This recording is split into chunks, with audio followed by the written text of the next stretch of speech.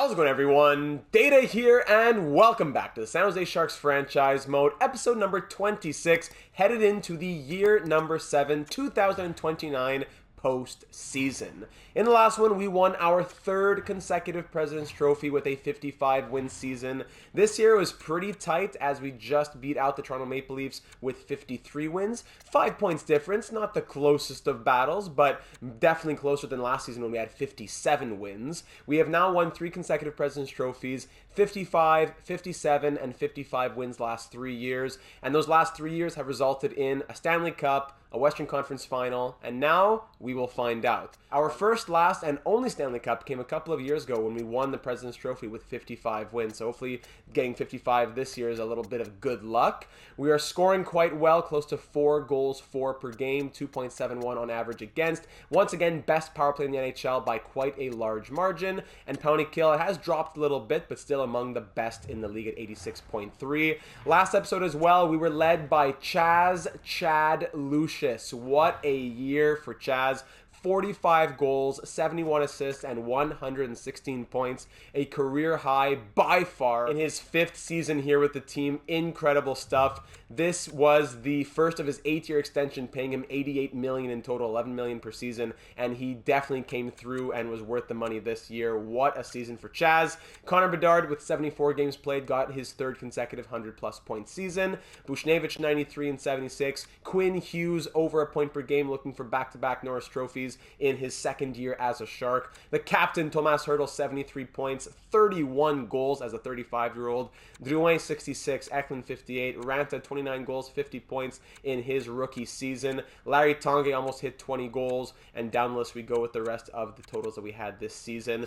Goaltending, we pretty much had a 3-headed beast led by Torsten Hornquist, who went 35, 12, and 7. Philip Lindbergh did the most, backing up by a little bit, 11, 4, and 0 through 883 minutes. Allmark, 9, 5, and 0 with a shutout. Lindbergh's numbers have been better, so headed into the postseason, the rookie Torsten Hornquist will be our starter, backed up by Lindbergh, but Allmark and all of his experience is waiting and ready to go if and need be. So headed into this postseason, we know that the core of this team, and by the core I mean mostly just the top 6, will be changing quite drastically in the near future, starting with what we are 99.99% sure to be the first domino to fall, Jonathan Drouin. We doubt that he'll be coming back next season. He was on a $4.4 million deal for 5 seasons, signed a 1-year, $10 million deal to stay for 1 more year after putting up over 40 goals. He's been good, but at the age of 34, now at top 6 potential, we won't be able to keep him on at that price tag. Buchnevich, also an expiring deal, but it's possible I could see him signing a 1 or 2 year deal with us, and then as time goes on, he will leave, Tomas Hertl will leave,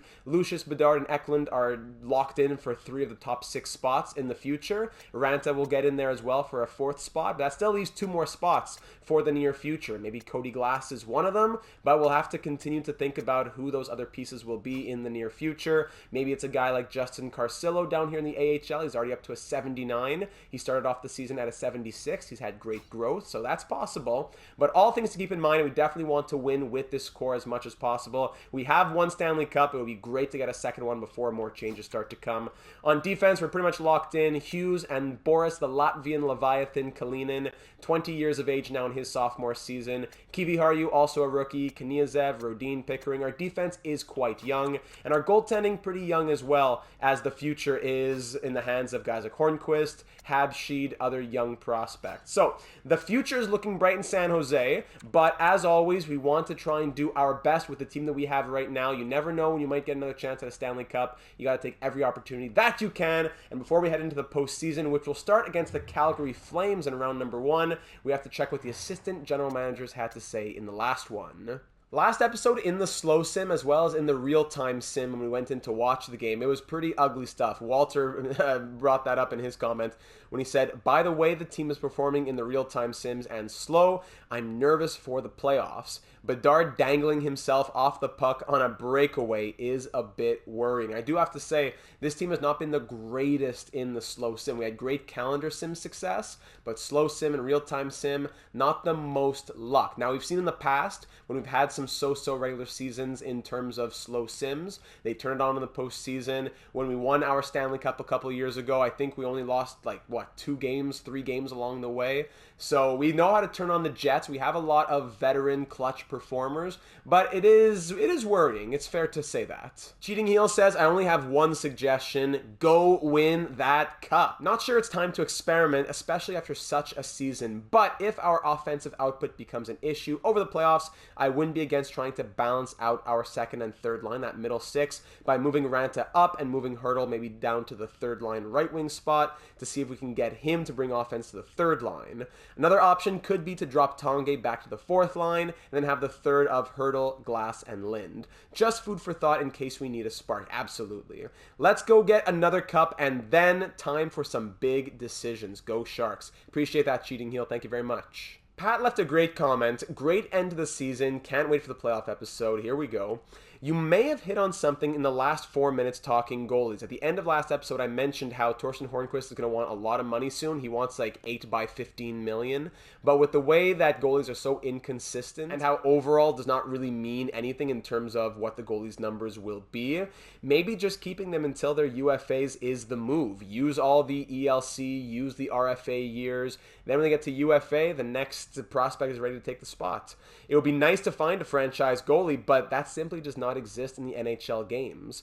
Just treat the position like some teams do halfbacks in the NFL. That's a great comparison. You're good for 4 or 5 years, then we draft your replacement and let someone else waste salary cap on you. Not a bad idea at all. So we're definitely not saying Torsten Hornqvist is on his way out. I'd love to find a goalie that we can, an elite goalie at that, who we can trust to at least be above average in terms of sim ability, and on a contract that pays him fairly but not exorbitant amounts of money. That would be great, but at the same time I understand that's not the norm in NHL games. I'm not going to hold my breath. So all that being said, we're ready to head into the 2029 postseason against the Chicago Blackhawks. We went 55-20-7 on the year. The Hawks just above 500, 41-37-4. But as always, you cannot underestimate in the postseason. They don't ask you how you got to the dance. They just want to see what you do on the dance floor. Blackhawks are led by Eli Tolvanen, channel legend, franchise mode legend, certified bellow. He is an 89 overall, playing with Frank Nazar and Mark Stone on the top line in Chicago. Radish, Dvorsky, and Jack Ralzovic make up the second line. Benoit Olivier Groux, who we had for a season, on the third line with Khrushchev and Greenway. And then you have Reichel, Chimera, and John Leonard on the fourth line. Defensively, they have Marcus Pettersson with Kevin Korchinski. This guy Krutzer with this prospect here, Sasha Riesen, who I believe was Dabrowski-Ego who caught it in the Discord server. This guy has 5-star puck skills. I totally missed that last episode. 99 passing, 98 puck control. He has 89 offensive awareness. He doesn't have the craziest offensive numbers. Not on the greatest team either. A good team, not the greatest team, it seems like, especially offensively. So, who knows? Maybe we can look into getting this guy someday. Crazy numbers. Expiring deal. I wouldn't say we're really looking for a left-handed D. We have so many. But just putting it out there, that's a crazy build for franchise. Plus those X factors. Third pair, Travis Dermott playing with Connor Zary at the moment, as Seth Jones will be out. On paper, he's out as an 84 overall at 34 years of age. He is out until I think like game 4 or 5 of this series, but as a playable injury, I could see him back as soon as game 3. He has one more year after this one on that big $9.5 million deal. Between the pipes for the Blackhawks, they have Jussi Saros at an 89, backed up by Alex Nedeljkovic, and it's a good team. It's not the deepest team, but I like their first line a lot. Their top 6 is strong. Their depth, I wouldn't say it's necessarily there, but they have the pieces and strong goaltending as well. So you can never underestimate your opponents in the postseason, and we will not do that. But we're ready to get this party started. We are hungry for another Stanley Cup. After losing to the Cinderella run of the Dallas Stars last year in the Western Conference Final in 6 games, and we had won the Stanley Cup the year before, we want to march our way back to the Stanley Cup Final and put our names on Lord Stanley once more. As always, the playoff episode is about an hour and a half, plus or minus 20 minutes, as I wouldn't want anything to be spoiled. Obviously, if we lose in round 1, then the video would only be 40 minutes long, and you would know that things didn't go well, or if it was 2 hours long, you know it's a deep run. So it could be that there's an hour plus of a black screen at the end of the video. If that's the case, I would just ask, please let it run as long as you can if you would be available to do so. It does help for the performance of the video, but I would not want to sacrifice our enjoyment of the series just for a couple extra YouTube cents. So here we go. Game 1, round 1 in San Jose. First period, 1-1 game. Connor Zary, of all people, opens up the scoring, but Cody Glass, one of the veterans on this squad, evens it up just about 4 minutes and 1 second later. Shots are 14-9 for the Blackhawks after 20, and this game is tied at 1. We're starting the second period on the power play, extended, best in the NHL, but the Blackhawks kill it off. Second period ends up scoreless. We now pull away in the shots. The Hawks only had, like 3 shots that period? Shots are now 25-17 in our favor, headed into the third period. Tied at 1. We're putting a lot on net. Yusei Saros is standing tall. We got to break through. Power play opportunity.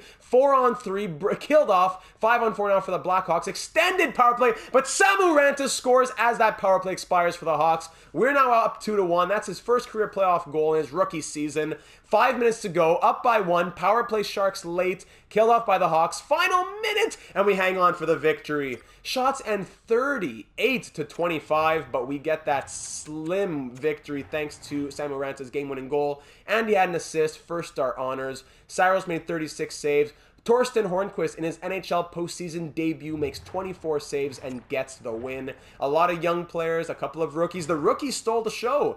Hornquist and Ranta stealing the show in game 1 of the postseason. Beautiful stuff. Lovely, lovely, lovely. Down in the AHL, the postseason has begun, by the way. Great 4-1 loss to start it off. Good, good, good.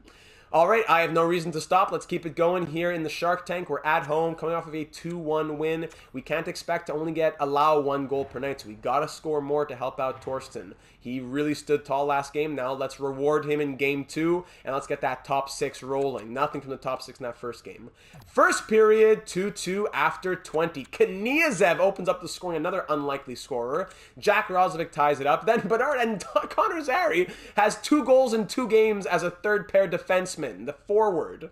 But Kniazev, unlikely source as well. Kniazev and Bedard scoring our 2 goals. We're outshooting the Hawks 15-9 after 20. Second period, 3-2. It's Dvorsky on the power play. Shots are 27-15, close to doubling the Blackhawks shots, but they've gotten 3-on-15 past Hornquist. We got to support him here in the third period, and it's Greenway scoring on the first shot, and then Frank Nazar on the second shot. 5 goals on 17 shots past Torsten Hornquist. Hold on. There's Boris on the power play to get us back within 2. Thank you very much. Still 12 minutes to go, and then Radish gets 6-on-20. Hold on. Kniazev has his second. We're down by 2 again. 10 minutes to go. Power play. We're getting all kinds of shots on net. But the Hawks kill that off with under 5 to go. Look at the shots right now. Oh my goodness. Wow. Getting 4-on-42 is great. But allowing 6-on-20 and in the end 6-on-24, that's ridiculous. That's really ridiculous as we drop game 2 by a score of 6-4. Really ridiculous. Kniazev 2 goals. Possibly the first multi-goal game of his career. And he gets first star honors with 2 goals at home. But we split those games in San Jose. It's now a best of 5 headed over to Chicago at the United Center. Hornquist is our starter, but as a rookie and after letting in 6-on-20, his leash is extremely short. I'm going to give him game 3, but after that, I think we're turning to Lindbergh and or Allmark. I'm sorry. I love you. I'm very proud of you, but I cannot allow you to do this to the team here. Come on. You had a great game in game 1, allowing 1-on-25, and then you allow 6-on-20. Unacceptable. So here we go at the United Center in Chicago. 1-1 series. It's a best of 5 after splitting those games at home. We take it on the road. First period, 3-1 Sharks. That's what we've been looking for. Come on now. Mark Stone opens it up just 2 minutes in, but then Tomas Hertl, the captain, on the power play, his first. Larry Tonge on that third line, and Boris, the Latvian locomotive Kalinin. We are now up by 2, outshooting Chicago by 1, 10-9. 3-1 is the score after 20. Second period, 4-2, 1 apiece, as Ralzovic makes it a 1-goal game, but then Eklund restores the 2-goal lead. Shots are 30-18 in our favor once again, just peppering that net. But we're only up by 2 headed into the third period. It's a dangerous lead. Power play opportunity to add to it. 5-on-3! Killed off by the Hawks. Like 5 minutes of power play opportunities there. Still up by 2. We're getting all kinds of shots. Power play Chicago now. And we kill that one off. That's a big kill. Shots, once again, we hit 40 shots on net. 5 minutes to go. It's Benoit Vigneault. But then Leo Carlson with his first postseason goal as a Shark and possibly the first of his career. And Connor Bedard on the empty net. And now it's our turn to score 6. 43-27, the shots end in our favor with the empty netter giving us our 6th. Eklund and Kalinin, first and second stars, respectively, with a goal and an assist each. Beautiful stuff. We got back in the win column here. That's exactly what the doctor ordered. But again, the scoring is coming from unlikely sources. We can't count on Kalinin and Kaniazev and Larry Tongue to get all of our goals here. Top 6? Come on, boys. I'm looking at you. No goals from Drouin. No goals from Buchnevich. No goals from Chad Lucius. Come on, let's go. Through 3 games, he had 45 in the year. Through 3 games, all those 3 players I just named, 0 goals for them. So here we go. Samu Ranta, the rookie, leading the way, 5 points in 3 games. We are back in Chicago for Game 4 now. This is a game where I'm really looking for those 3 guys, Buchnevich, Drouin, and Chad Lucius, to go ahead and do something. I called them into my office individually, individual sit-down meetings in my office. Let's go. Let's see what happens out on the ice for Game 4 in Chicago, up 2-1. First period, 1-1 game. Samu Ranta, the rookie, that's 6 points in 4 games now for him as he opens up the scoring. And then Dvorsky with his second of the series ties it back up. And you know what? I didn't give enough credit to Hornquist. Good job getting back in there, buddy. I hope that I didn't jinx you, but you're looking good. You looked good last game. 1 goal on 11 shots through the first period. I can take that. We're out shooting Chicago 14-11 after 20. Second period, 2-2. All right, 1 apiece. Once again, it's Ranta again. Just a minute and 42 seconds into the period. He gets his 2nd of the night and his 3rd of the postseason, his 7th point in 4 games. And Roslovic then ties it back up with just 1:19 left in the second. Shots are 28-23 in our favor, but it is a tie game after 40. Looking for those players I had sit-down meetings with to come through in this 3rd period. Who's going to do it? We have contracts and millions of dollars on the line. Power play opportunity. Killed off by the Blackhawks halfway through this 3rd period. Power play Sharks again. Where are the power play goals from the league's top power play? And Eli Tolvanen, but then Chad Lucius. There he is. Giga Chaz gets it done. We're tied up again with a couple minutes to go. 11 seconds, and we're headed to overtime. Huge goal. Eli Tolvanen scores with 5:57 to go, and then what, like 40 seconds later, Chad Lucius ties it back up. Exactly what we needed, exactly when we needed it. There we go. Shots are 45, another 40-plus shot night. 45-32 in our favor, and we are headed to overtime for the first time in this series. Overtime at the United Center in Chicago. A goal for the Sharks puts them up 3-1 in this series, and we can head back home with a chance to end it. But a goal for the Hawks, oh my goodness, Eli Tolvanen just got a few different joints dislocated there. A goal for the Blackhawks will tie this series up to 2 and make it a best of 3. Eli Tolvanen coming into Sharks territory. He gets stood up by Boris. Very good. Hughes down in the corner. He gets pinned. Needs some support. It's 4 men down in the corner. Hughes gets it out. Kalinin. Buchnevich doesn't want to pick up that puck. No problem. Korchinski across to Marcus Pettersson off of Lucius's skates. Here's Frank Nazar over to Eli Tolvanen. Tolvanen, nice windmill, and Hornquist will swallow that one up. League leaders in points. There's Samu Ranta, now tied with Sebastian Aho for the NHL lead in postseason points. 17:45 to go in overtime. In the first overtime, defensive zone draw for Hurdle. Loses it to Dvorsky. Pettersson. Roslovic on net, and Hornquist makes that save. Out to Hughes. What are you doing? Whoa! Hughes behind the net to Kalinin. Kalinin. Hurdle. Let's go, boys. Get that out. No, don't let yourself get poke-checked down all alone there. And now we take a penalty. What are you doing? Interference on Tomas Hurdle. Really? That was interference? I thought it was something else. What? A little push? Come on. And now we're on the penalty kill. Amazing. On the penalty kill for a call like that on something that didn't need to happen.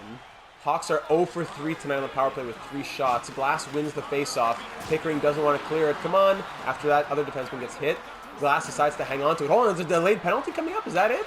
Because I don't have the sound up. So yes, there you go. Okay, we only had to do that for 13 seconds. Slashing penalty, two minutes for slashing over to Taylor Radish. All right, Taylor Radish, let me see it. Horrible call. This is so hard to watch. Horrible call. I don't remember it being this bad, actually, in previous NHLs. I know it's always been bad, but I feel like NHL 23 has been exceptionally bad for in-game viewing. Bedard wins it back. Here's Rodin. Buchnevich can't get the shot off. Samu Ranta skating up now. Ranta has some space on net. Rebound, scores! William Eklund wins it in overtime! A shot on net that hits off a couple skates and finds its way over to Eklund. Saros wasn't ready for that one, and the Sharks win it in some 4-on-4 action. William Eklund getting it done as the third 4-on-4 pair. Love to see that. Huge win here in Chicago. The fans are, I'm not sure what they're doing, kind of just throwing their hands in the air, kind of fist pumping the air. The shot on net gets caught in some skates. Saros isn't ready, dives for it, but Eklund had enough time to put it into the open cage. Lovely stuff. I gotta say, I think we deserved that one. Shots ended 45-37 in our favor, and we come away with the 4-3 victory in overtime. Another high shooting affair as well. So many shots on net. But Jussi Saros, he's holding his own. Samu Ranta, 8 points in 4 games. Chaz Lucius got that huge game-tying goal last game. I'm still looking at Drouin, and I'm still looking at Buchnevich to try and do something out there offensively in terms of goal scoring. But here we are in Game 5 with a chance to end it in the Shark Tank against the Blackhawks to move on to round number 2 and get a little bit of rest here. Let's end it in 5. Don't let them come in. Keep putting all those same shots on net. Let's do what we've been doing. First period action, 1-0 Blackhawks. It's Benoit Olivier Groulx scoring his second of the series. They're out shooting us by double now, 13-6 after 20. That's rare. Second period now, 1-1. There's Chaz Lucius, his second in as many games. Shots now 18-13 for the Hawks. They're still ahead by 5, but it's a 1-1 game after 40. The Hawks want to take the lead. Hold on, power play for them early in the third. That's killed off. If they can score and hang on, that would be able to make it a 3-2 series. But hold on, Cole Lind, that's his first of the series. Power play Sharks soon after. It's an extended one, and Connor Bedard on the power play now gives us the 2-goal lead, and we're leading the shots as well. Up by 2 with about 10. Hold on, power play Chicago around the halfway mark now. It's an extended opportunity for them. It's on ×4, that's why. Go to ×8. Power play again for the Blackhawks. That's killed off once more. Then we're up by 2 with just another couple minutes to go. Hanging on tight. And there you have it, ladies and gentlemen. Buchnevich adds the empty netter. Of course, very fitting, as the San Jose Sharks are through to the second round after taking down the Hawks in 5 games, 4-1, winning the 5th game by a score of 4-1, outshooting the Blackhawks 31-25 in this game. We really came back in the shot category in the third period as well. A goal and 2 assists from Connor Bedard, a goal and assist for Buchnevich, and hey, 24 saves from the rookie Torsten Hornqvist. That game 2, he was a little shaky. He needed to find his footing, but he has been cruising quite well ever since. All right. Through those 5 games, let's check out the stats. Through those 5 games, we had a lot of shots on net. Samu Ranta, 12 shots. Lucius, 22 shots. Bedard, 21 shots. A lot of double-digit shot takers through those 5 games. Lucius, it was the shooting percentage, I suppose. He has only a 9.1% shooting percentage through those 5 games. On the season, 17.1%, and in his career, 16%. So that, I guess, explains what the issue was. 2 goals for him coming in games 4 and 5, though, so hopefully he's heating back up. Ranta with 8 points, Lucius 6, Bedard and Buchnevich, and also Quinn Hughes, all point per game. Cody Glass with a goal and 3 assists for 4. Eklund 3, Kalinin, Drouin, all with 3. Kniazev, Hurdle, Lind, Tanguay, Kivi Harju, even Eugene Riley, all with 2 points. Carlson 1, Pickering, Rodin, nothing, but not negatives, so we'll take that. Goaltending, Hornqvist numbers in the end. Lindbergh actually came in allowing 1 goal and 8 shots. I must have missed that. My apologies. But Hornqvist going 4-1-0 with an .898 save percentage. But look at the goals against average. To have that kind of save percentage with this kind of goals against average, it tells me that there was like 1 or 2 blow-up games. That's exactly what game 2 was. So 2.74 goals against. I can swallow that when we're scoring at such a high rate. But I want to make sure that our scoring is not just coming from, here's 1 from Cole Lind, 1 from Larry Tanguay, 1 from Leo Carlson. We got to see more scoring from the top 6. 2 goals in 2 games for Lucius. That's great. Drouin, Buchnevich, Antinetta, I'm not counting that really that too much. I need to see more goals. So rest up, watch some tape, think about it, do some wrist exercises maybe, and we'll see you for the second round. All right, so here we go for round number 2. We got a nice little bit of rest. I believe the series that we're waiting for a winner to come out of went to 7, so we got a full rest. Let's see it. In round number 2, we will be facing the Vegas Golden Knights as they take down the LA Kings in 7 games. All right, so it's the Avalanche and the Jets, the Sharks and the Golden Knights in the West. Over in the East, it's Carolina, Washington, and Detroit versus Toronto for a little original 6 matchup. All right, let's go check out the lines in Vegas. I don't believe we've faced them, at least as of late in the postseason, not the last couple of years on our deeper runs. So here we go. It's Eugene Bartley, 90 overall playmaker, second overall pick in 2026 on the first line with Jack Eichel and Troy Terry. How about that for a top line? Wow. Second line, also very strong. Joel Farabee at an 86. Raimo Levo, who was the first overall pick in 2024. And Taylor Hall on the second line at the age of 37. Third line, Verhaeghe, Heidel, and Stevenson, 85, 84, 86 respectively. Forster, Evans, and Foote, Nolan Foote on that fourth line. That top nine is deadly. Defense, it's 90 overall Shea Theodore with Brendan Carlo. Second pair, Cam Allen with Danil Chaika, and Colin Miller with Gustav Lindstrom on the third pair. Well-rounded defense. Not the strongest with three guys who are 81 and under, but look at us. We have Kniazev, we have Pickering at 80, and they do well. So if it works, it works. Between the pipes, they have 87 overall Ilya Sorokin, who had a .936 save percentage in that last series against the Kings. Woo! Backed up by Philip Gus the Bus Gustafsson, legend from our NHL, oh my goodness, our NHL 20 series with the Minnesota Wild, or was it, NHL 21. Dylan Strome at an 86 is a healthy scratch. What a level of depth on this team, not to mention Zach Dean and Shane Pinto. Wow. So the Vegas Golden Knights, did they score a lot? Barley only had 2 points. Eichel only had 3. Terry had 3. Hall had 3. Levo had 2. Farabee had 3. Verhaeghe 4. I guess Heidel led the team in scoring with 5 points. So the team did not score very much. It seems as though the defense was locked down and Sorokin was just on another level. But they're not a high-scoring team. Now, if we can find a way to break through Sorokin, that may be our ticket out of the second round and into another Western Conference final. But it's going to, well, let's go ahead and face them first and see what happens, and we'll see what we can learn from them. They went 42, 30, and 10 on the season. One of our Pacific Division rivals, of course. Let's do it. Game 1, round 2 in San Jose against the Vegas Golden Knights. Looking for offense from that top 6, well-rested and ready to fight. First period, 3-0 San Jose. That's what we've been looking for.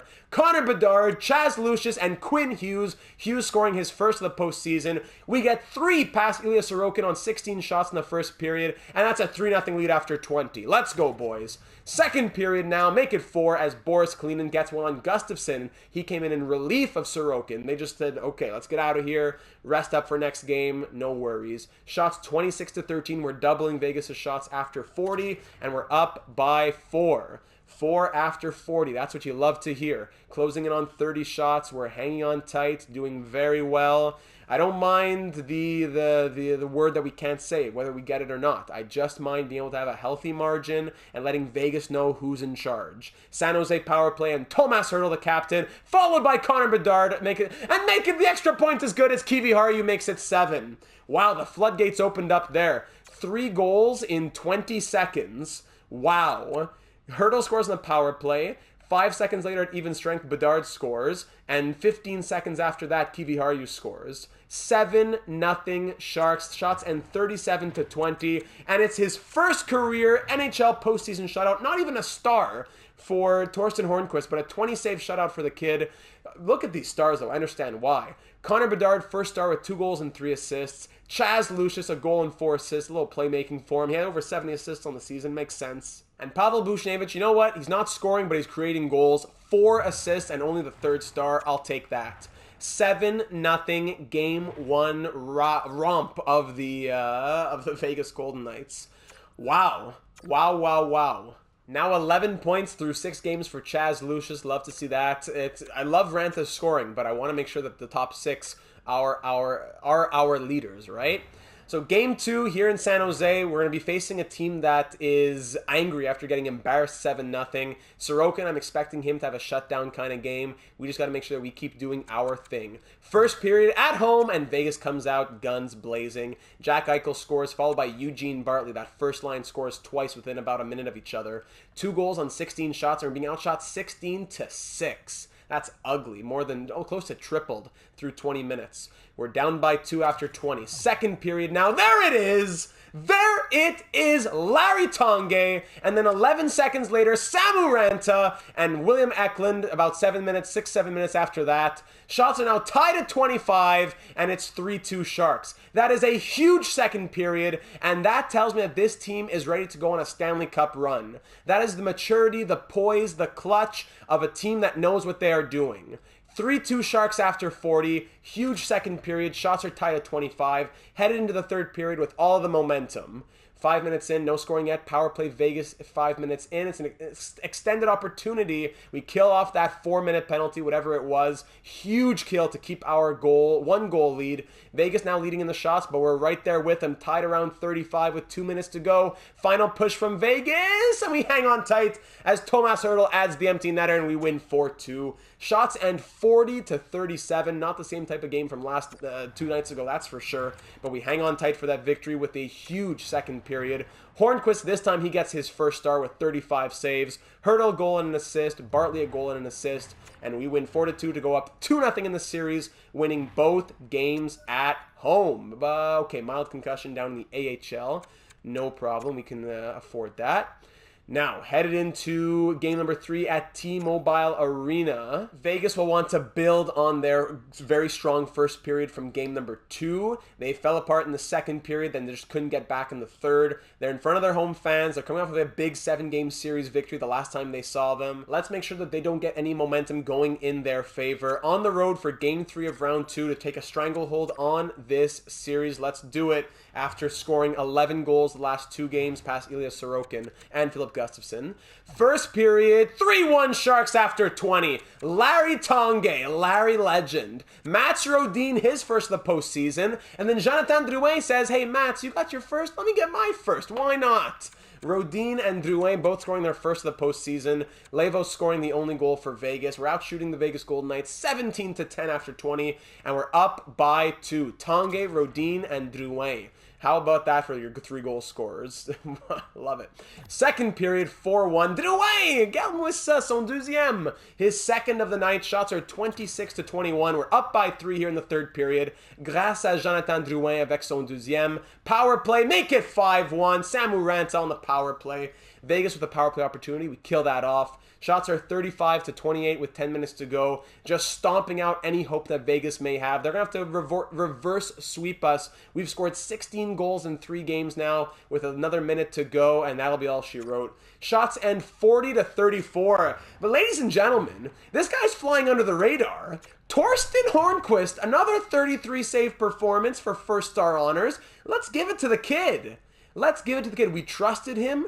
I'm glad that was the right decision to trust him, and he has rewarded our trust. Drouin, deuxième étoile avec 2 buts, and Quinn Hughes, third star of the night with those 2 assists.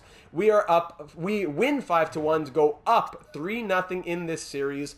13 points in 8 games from Chaz, and we have a chance to end it at T-Mobile Arena. A little injury fix to make down in the AHL. I'll fix those lines. So now with a chance to end it in Vegas and once again get a lot of rest, we see how well that helped us out. We were scared of Ilya Sorokin. I'm not going to say that he can't steal and go on a reverse sweep now, so I'm not trying to put him down too much, but I am saying that we have seen that he is human. He does bleed. We've been able to break through him. Let's do it again one last time in game number 4 in Vegas and end off this series. Here we go in game number 4. First period, 2-1 Sharks after 20. Troy Terry opens up the scoring, but then Jonathan Drouin, 3 goals in 2 games after no goals before that. Beautiful. And Connor Bedard gives us the lead just a minute and a half after that. 2 goals in the final 3 minutes. That is huge for our momentum.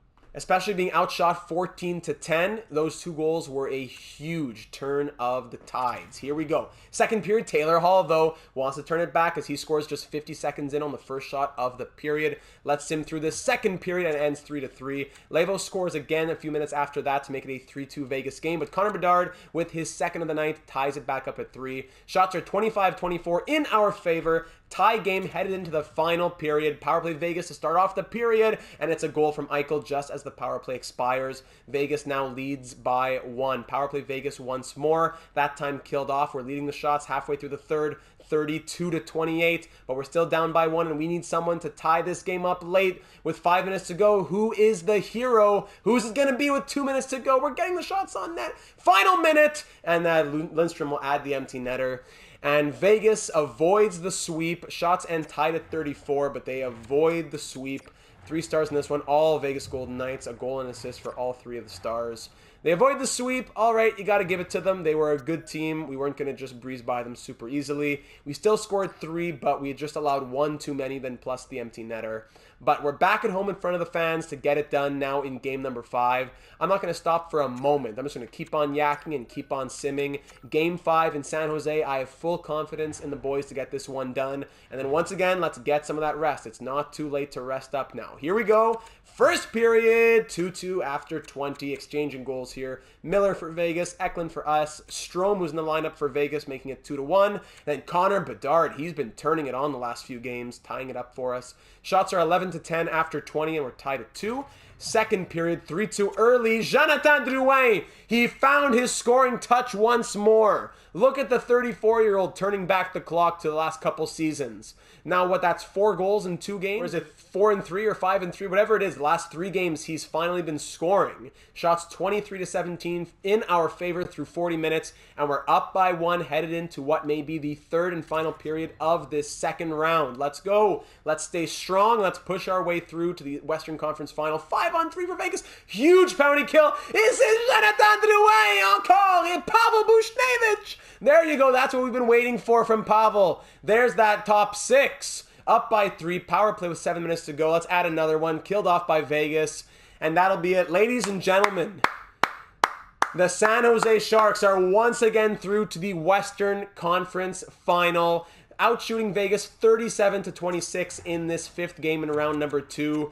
3 stars in this one. Drouin with 2 goals and an assist. 1 goal, 2 assists for Eklund. And a goal and an assist for Connor Bedard. Huge 5-2 victory. We had a lot of goals in this series. We broke through the defense. We held their scoring down. And we're through to the Western Conference Final.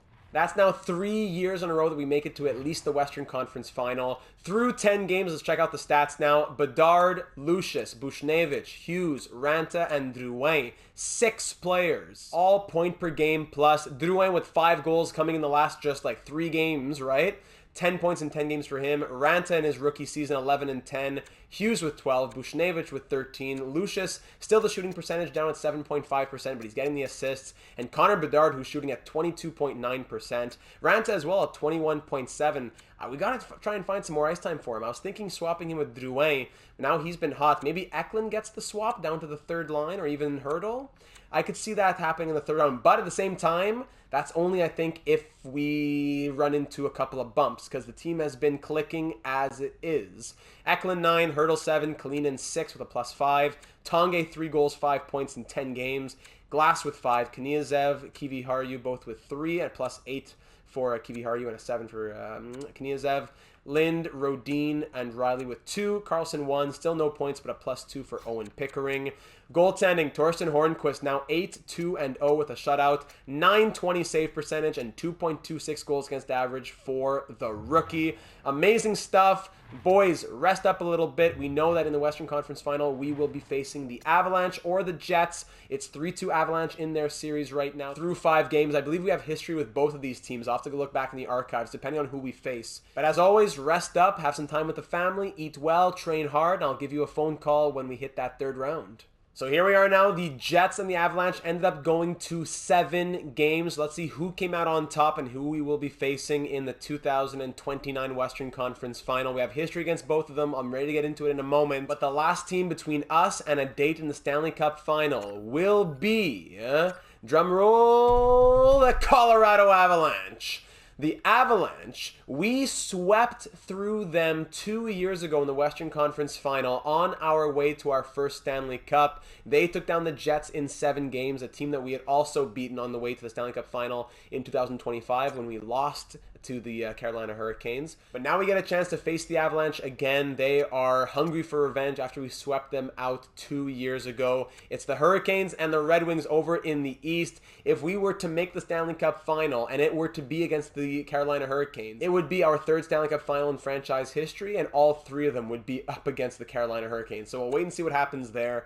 But we have good history against the Avalanche. We swept them out 2 years ago. We'll try to do something similar this year. In round number 1, they took down the Wild in 6 games, and then they just beat the Jets in 7. So they have played 7 plus 6, 13 games. We have played 10 games. 3 more games, another 180 plus minutes of hockey that they have played. Hopefully we can capitalize on that. Let's check out their roster. A lot of firepower in this top 6. I see a lot of X factors. Yafalo, McKinnon, and Nichushkin on the first line. McKinnon at a 94 with 10 goals and 15 points through 13 games.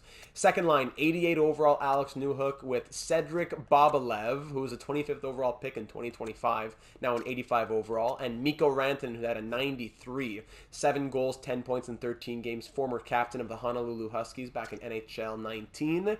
Appleton, Nemesnikov, and Landeskog on the third line. Beckman, Bartlett, and Foster on the fourth.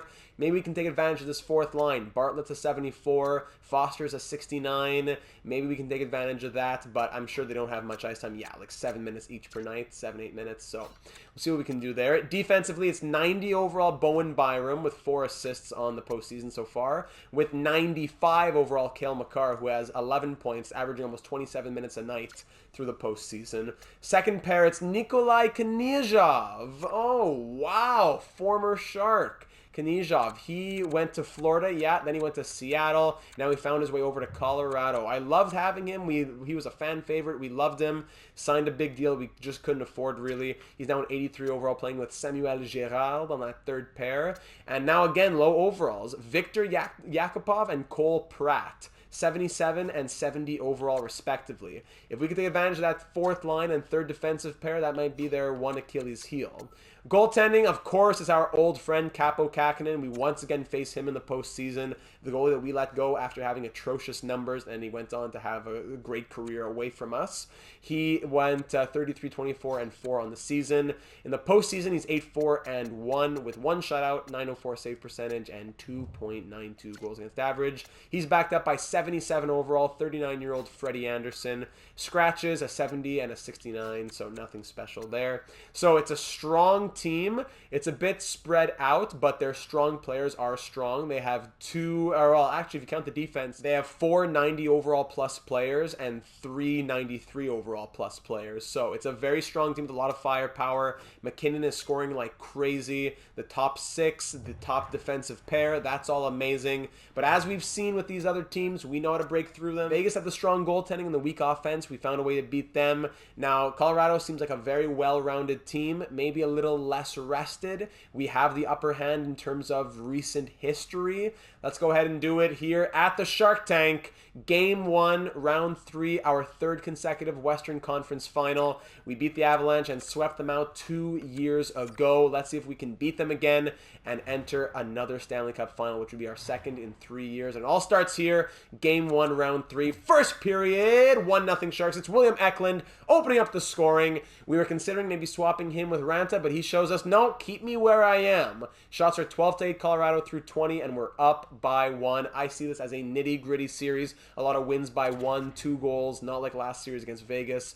Let's go second period. McKinnon gets his 11th goal in 14 games, and he ties it up at 1. Second period ends 3-2 Colorado. Landeskog, Knyzhov, 3 unanswered before Tomas Hertl puts a stop to the bleeding and makes it a 3-2 game. We're now down by 1 thanks to the captain getting us back in it late in the second period. We're being outshot 20-16, and we're down by 1 headed into the third period. Power play Colorado to open it up. Extended power play, we kill that off. Power play of our own, and then we lose it, and we give up. And it wasn't a power play. I'm not sure why it ended so quickly. Maybe it was because it was a 5-on-4. It was offsetting, whatever. McKinnon gets his 2nd of the night and 12th of the postseason. We're down by 2 with 5 to go. Hold on. Jonathan Drouin gets us back in it. 3 minutes to go, down by 1. Final 2 minutes. Pushing these final seconds. It's too late. The Avalanche hang on for the 4-3 victory, outshooting us 31-26. McKinnon scoring twice was a killer. He now has 12 goals in 14 games. That's ridiculous. Eklund a goal and 2 assists. Drouin a goal and an assist. That's great. But too little, too late, and we drop game number 1 by a score of 4-3. I wouldn't call game 1 a major failure. We still got 3 goals past the Avalanche, but that big stretch of allowing 3 consecutive goals is what ended up killing us in that first game. But let's regroup. Let's learn from it. Game 2 at home, looking to even up the series and head back to Colorado with a best of 5, with the series being a best of 5, that is. First period of game number 2, and there's the offense we've been looking for.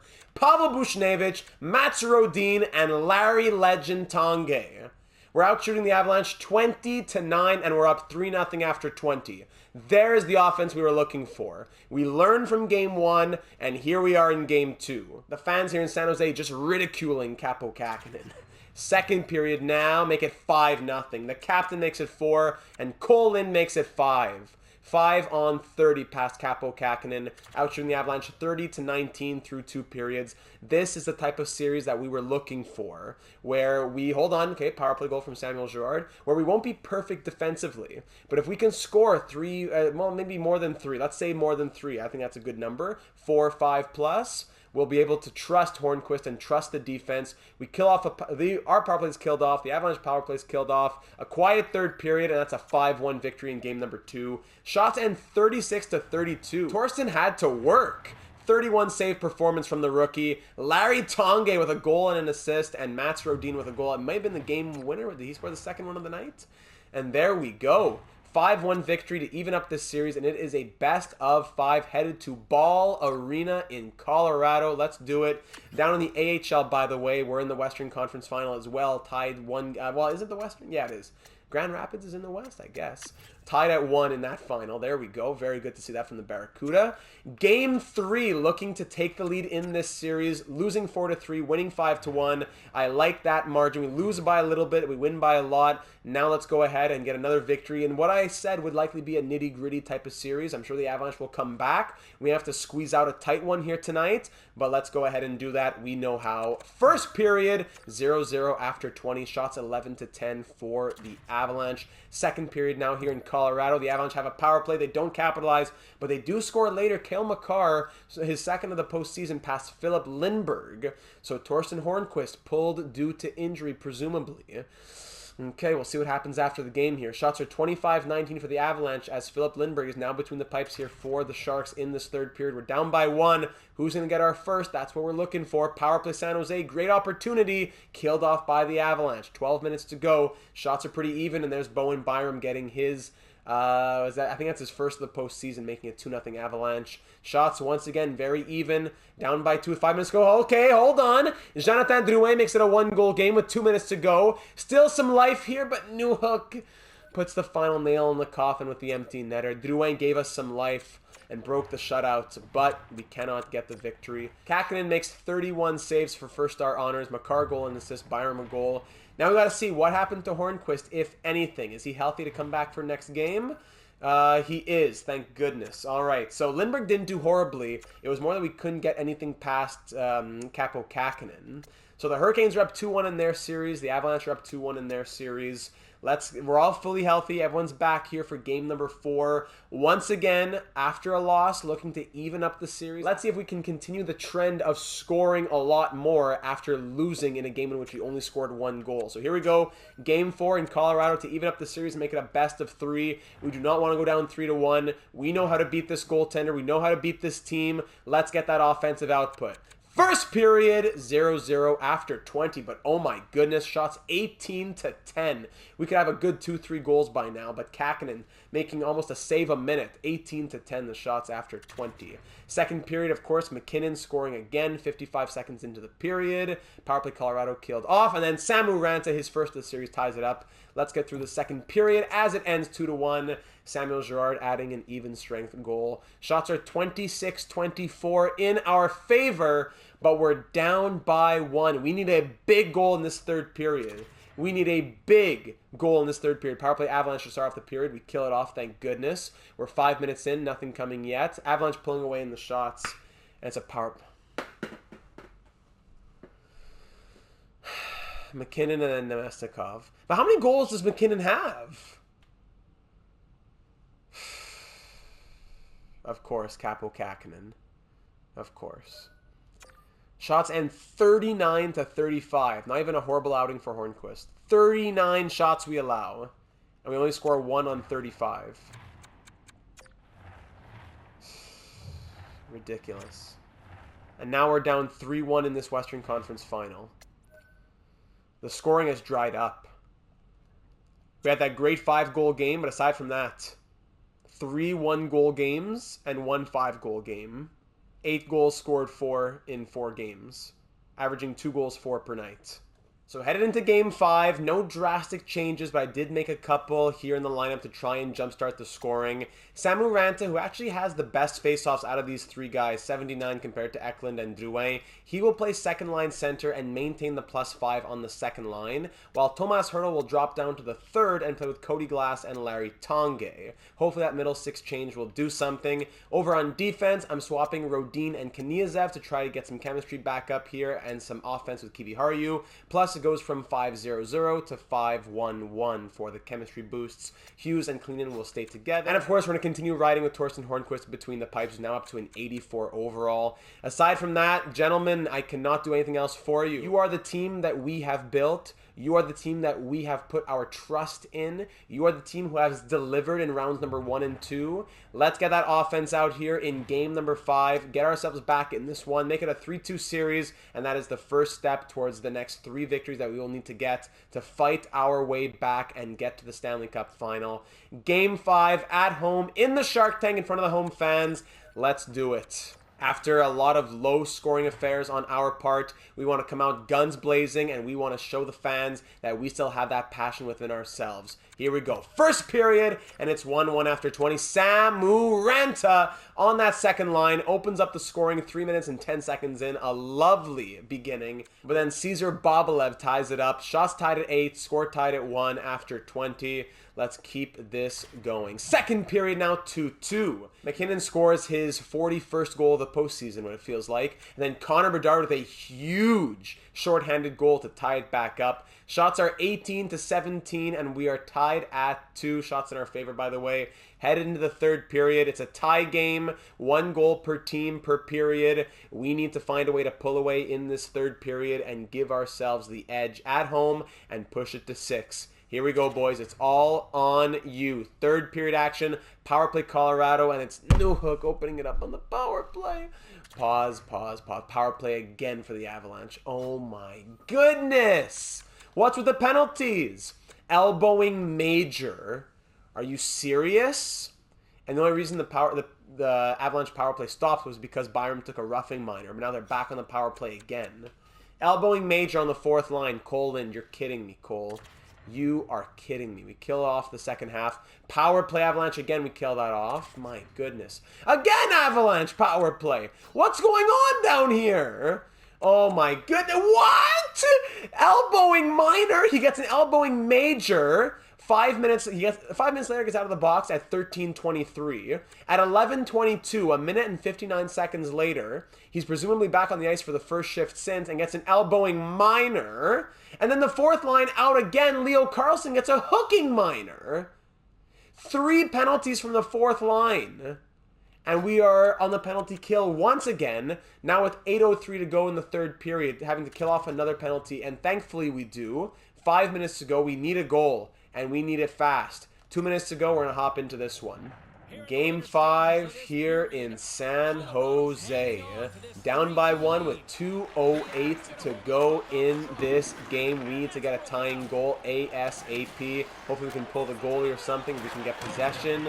Come on, Bobelev. Big save. Lindbergh, who's in now. Not sure why. First lines are going to get out there. Not sure why Lindbergh's in. Sometimes if a goalie gets pulled for some reason, we go into the sim, then they go back. And I think it's still Lindbergh.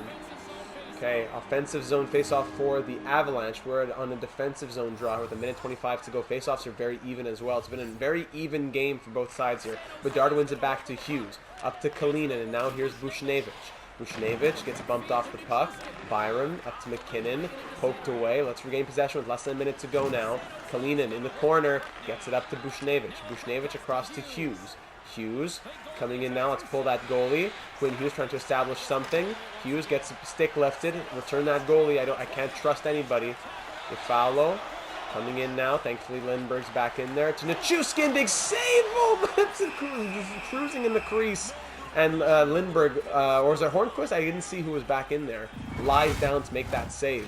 Yes, I think it is Hornquist who's back in there now. Yeah. All right, defensive zone draw again with 35.8 seconds to go. Bedard has possession. Over to Kalinin. Let's go, skate. Let's pull that goalie. No, put him back. Nichushkin. Can we get the possession or no? Let's just let them pass it around. No problem. 20 seconds to go. Or we're not even getting a shot on net. Let's go. Kalinin up to Lucius. Pull that goalie with 15 seconds left. Lucius with a little move. Loses possession. Nobody wants to help him. We're going to keep the goalie pulled.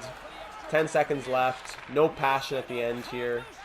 No desire to fight in the final seconds. No problem. And for the second consecutive year, the San Jose Sharks are eliminated in the Western Conference Final. This year in 5 games at the hands of the Colorado Avalanche. And of course, Capo Kakinen leading the way. What a surprise. Landeskog and Hurdle, 2 legends shaking hands. Buchnevich in there. Kakinen, Hornquist shaking hands. And there's Landeskog to go see Big Bill. No passion at the end of this one. Shots end 29-26 for the Avalanche, and we drop it 3-2. A very disappointing end, and it's crazy that we had 1 goal for, 2 goals for against Kakinen, yet we're being able to score 5, 6, whatever against Sorokin. But that's the way the cookie crumbles. The Avalanche are into the Stanley Cup final, and they'll take on the Hurricanes, who are in their 4th Stanley Cup final in the last 5 or 6 years. Would have been nice to face them again for another rematch, but it was not meant to be. Through those 15 games, we ended up finishing with 1, 2, 3, 4, 5, still 6 players point per game or more. Bedard had 9 goals and 18 points to lead the way. Lucius only shooting at 5.9%, but he had 16 points. Drouin, Eklund, Buchnevich, and Hughes all 15 points in 15 games. Ranta, the rookie, 7 goals, 14 points for him. Tomas Hertl, he dropped off a little. He's down to an 84 overall. Still 10 points in 15 games. Larry Tongue, impressive. 8 points in 15 games. Same for Kalinin. 7 for Glass. 3 for Kniazev. Same for Lind, Rodin, and Kiviharju. 2 points for Carlson. 2 points for Riley. Nothing for Owen Pickering. Penalty minutes, what happened here? Kalinin 31. Lind 17. Almost all of them coming in that last game. Glass 13, Kniazev 8. The players who did the least got the most penalty minutes. At least Kalinin, minus Kalinin. At least he was 8 points plus 7. But Lind, Glass, Kniazev, all with, especially Lind and Glass, adding up for 30 penalty minutes, just those 2. Ridiculous. Hornquist, he did what he could. He did what he could as a rookie, 9-4-0, 1 shutout. He is eliminated with a .922 save percentage and 2.35 goals against average. I'm not sure why Lindbergh played so much in the end. He ended up facing 64 shots and allowed 7 goals, .890 save percentage and 3.61 goals against average. I have no idea why. Is it I think it was every time we went into the game he was playing, or I don't know what kind of voodoo glitch was happening. Thankfully, there were no injuries, but I don't know why Lindbergh had 4 separate appearances and faced 64 shots. That probably did us in a little bit, so a little EA voodoo getting in on it. Of course, it wouldn't be a postseason elimination without EA voodoo. But that's all that can be said, really. That's all that can be said. So at this point, we'll go ahead and sim our way all the way to the draft. We'll check out the awards, check out all of the final growth, the draft rankings and all that, and we'll get ready for the 2029 off-season where more changes will come. We're still a strong team. I think that we are absolutely still among the best of the contenders in the league, but things will change next year, and it's unfortunate that we couldn't get another cup with this group. But we'll have to do what we can, and we'll sim to the draft to see what the Avalanche and the Hurricanes have in store.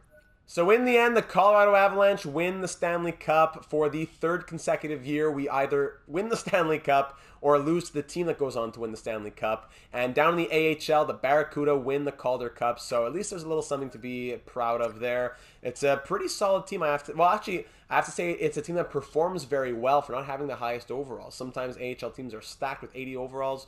Not the case for us. Florida has the first overall pick. Edmonton jumps from 9 to 2, and the Islanders from 13 to 3. Some crazy draft lottery results right there. We'll keep on simulating to see what else happens. Retired players now. Let's see who calls it a career here in 2029. Evgeny Malkin calling it a career. Anze Kopitar, John Tavares, Panarin, Kadri, Nugent-Hopkins, Doughty, Kane, Killorn. No one that we would really have impact our team. And for any retired goalies here in 2029, we see Markstrom, Ratchik, DeSmith, Lindgren. No huge names, but actually Jacob Markstrom played almost 700 games. Goes out as a 74 overall. Malcolm Subban, channel legend. There we go. All right, continuing to sim towards the draft. Nazem Kadri, now a coach after his retirement. Coach retirements for us. Anyone? San Jose Sharks. Nicholas Okposo, our goalie coach, I believe, retiring after we had just signed him, I think, too, like either last season or the year before. But he retires. All right. I'll do a couple draft interviews here just to uncover any lingering information that we don't already know. All right, that's done. It's quite the class, especially when you have so much uncovered. That new scouting strategy that we're using, it's pretty ridiculous. You'll see at the end of the video. So here we are, Colorado Avalanche, Stanley Cup champions. We had a great year for hardware, though. We'll check out how many games it took them as well. Actually, let's do that first. The Hurricanes, once again losing in a Stanley Cup final to a Western Conference team as they fell in a 7-game series. Wow. I would have loved to have a rematch against the Hurricanes. But the Avalanche win the Stanley Cup. President's Trophy, 3rd consecutive year to the Sharks. The year before we had gone on our 3-year streak was the Avalanche back in 2026. Clarence S. Campbell Bowl to the Avalanche and the Hurricanes for the 3rd time in 5 years. And I think even more, maybe 4th time in 6 years. They get the Prince of Wales as they represent the Eastern Conference. 1 year on, 1 year off in the Stanley Cup final. Individual awards, we already know that the Art Ross went to Chaz Lucius, but yes, he does also win the Hart Memorial Trophy. James Norris, back-to-back years, going to Quinn Hughes. Lady Byng also to Chaz Lucius. Look at that. Caller going to Mikas. What? What? Samu Ranta scores 29 goals. Torsten Hornquist, a starting goalie on a President's Trophy winning team. And this guy Mikas wins the Calder Trophy with the Capitals. That's ridiculous. Conn Smythe to McKinnon, of course. Vezina to Vitek Vanacek. Jennings to Vanacek and Bjorklund. And Masterton to Ludwig on the Kraken. Jack Adams to the coach of the Jets. Selke to Elias Lindholm. And Ted Lindsay going to Chaz Lucius. A Sharks player winning that in back-to-back years now. Down in the AHL, Malkin winning some awards in the AHL. Mikkola wins the equivalent of the Calder down in the AHL. Carcillo winning the equivalent of the Conn Smythe. Amazing. And that's it for the awards. I just got to see as well, in the end, how many goals did Nathan MacKinnon end up scoring? 25 goals in 25 games. Is that not ridiculous? Come on now. 25 goals and 35 points. 25 goals in 25 games. What in the world? And goaltending, Kakinen, what did you end off with, buddy? A nice 909 save percentage. Yeah, not even great numbers. Hornquist, the best numbers in the postseason for a goalie that played more than one round. And, come on. 25 goals in 25 games. That's ridiculous. Just unheard of numbers. All right, so at the end of the postseason and now the beginning of the offseason, let's check out the progress reports headed into the draft. Which players are we potentially looking to cut as we now got to move into suggestion mode heading into next episode. Sorting by overall, we see that Hughes and Bedard still sit at 91. Of course, some morale took a hit. So like Lucius, I think he could probably get up to a 90 plus after growth this season, but at an 89. Buchnevich 88, Hurdle 88, Drouin down to 86, same for Eklund. Lind up to an 86, Ranta up to 86, Hornquist up to 85, Glass down to 84, that's what scares me a bit. Rodin down to 83, Cunnin up to 82, Allmark down to 81, Kniazev and Pickering both up to 81. Okay, Madden never ended up playing as well. Down in the system, Carcillo's up to a 79. He had a ton of growth. That's great. Tonge up to a 79. Ricky Brain up to a 78. And then just sorting by modifications, Haikila up to a 70 with 24 modifications. Redenbach 67. Dimitrakos 52.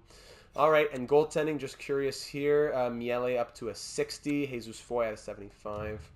Okay. In terms of extensions for who we're looking to bring back next season, the money that we have to play with after the salary cap goes up and all that now, we have $19.795 million, almost $20 million to play with. We could do a 1 year 8.5 type of thing for Pavel Buchnevich to come back. That would be possible. Jonathan Drouin, we could probably fit him in, but I don't think it really just makes sense for us anymore unless we play him third line left wing and swap him with Ranta. But I'd want Carcillo to probably make the NHL. Plus, Tanguay on the third line has been good. So I think Drouin walks. So that'll be a suggestion for all of you. Cody Glass, do we bring him back for 2 years, 3.5 to continue as third line center? I would not be opposed to that. But the question is, if we keep him as third line center, then who is second line center? Since Hertl is still signed and regressing. Luke Cunnin, 82 overall. Yeah, we could bring him back as the super sub. What does he... Ooh, wants a bit too much at this moment. So unless his ask goes down, he probably walks. Madden, Siegenthaler, we could bring them back for depth if it works out. Leo Carlson, does he come back as fourth/third line center? He wants a lot for fourth line center. Not so sure about that. Goaltending, Torsten Hornquist is going to need a deal. We'll qualify him and play the RFA game if we have to. We'll do what we have to do for him. Allmark, I would think that he walks, even though it would be cheap. I would think that he walks. Lindbergh gets signed as third goalie. Hopefully his demand comes down a bit. And then Habschied would be in our NHL system as full-time backup next season. That's what I would think. Starting Hornquist, backing up Habschied, third goalie Lindbergh, AHL starter Jesus Foy. That's what I would think. In the NHL, we got to figure out who's our top six, because if Lucius, Bedard, and let's say Buchnevich comes back is the first line, the second line, yeah, we keep Eklund, but Hertl, great, he's back to an 88, but we saw him down to an 84 during the postseason, so I wouldn't be surprised if we start next season with him as an 84, 85 overall. Does he stay second line? Even if, yes, him, Eklund, Ranta, is that the second line? Or does Hertl drop out, somebody else move up? Lind is probably just third line. Could third line be Hertl, Drouin, and Lind? Or just Hertl, Lind, and Glass? There's a few options. Then, of course, the fourth line, who do you want to see there? So those are things to consider headed into the offseason, as well as potential pending free agents. If we were to let a couple of those guys go, we have almost $20 million to play with. Who knows? UFAs, potential UFAs who would be out there. We see Sveshnikov, Kucherov, Luke Hughes, Eriksson Ek, Radish, Theodore, Caulfield, Fiala, Roslovic, Holtz, Boldy, Dubois, Crosby at the age of 41.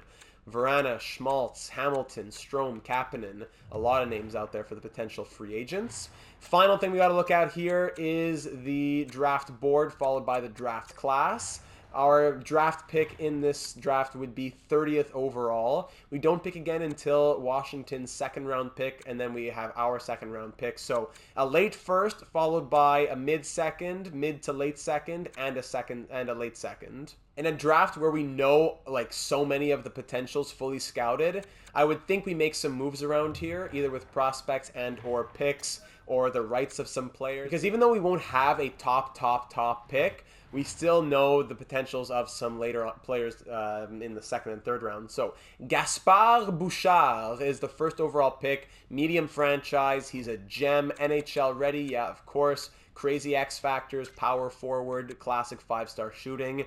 Then Lokitanov, a 5-star shooting sniper, I would assume. NHL ready, second overall, medium elite. Then a medium elite defender, a couple medium elite defenders, high top 6, medium elite Romanian Kaigorodov, who's a gem, NHL ready, offensive defenseman. But we're not going to be able to pick up here. Let's move later on in the draft. We have a medium elite here, Guillermo Cheng, 6'5" defensive defenseman, 3 years away, but medium elite. Then we have our pick down at 30. 30. It would be a high top 6 player, basically. All these guys are high top 6. Are they all 3 years away? Yeah, all 3 years away. Nothing crazy out here for like a random 79 overall player. After 30, we see some, medium top 6s, more of those. I don't think anyone really stands out necessarily.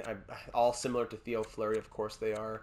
Medium top 9s after that we'll want to skip through. Then a bunch of low elites here. 4 consecutive low elites, maybe 5. One of them being a gem. We have Eklund, the defensive defenseman, 3 years away.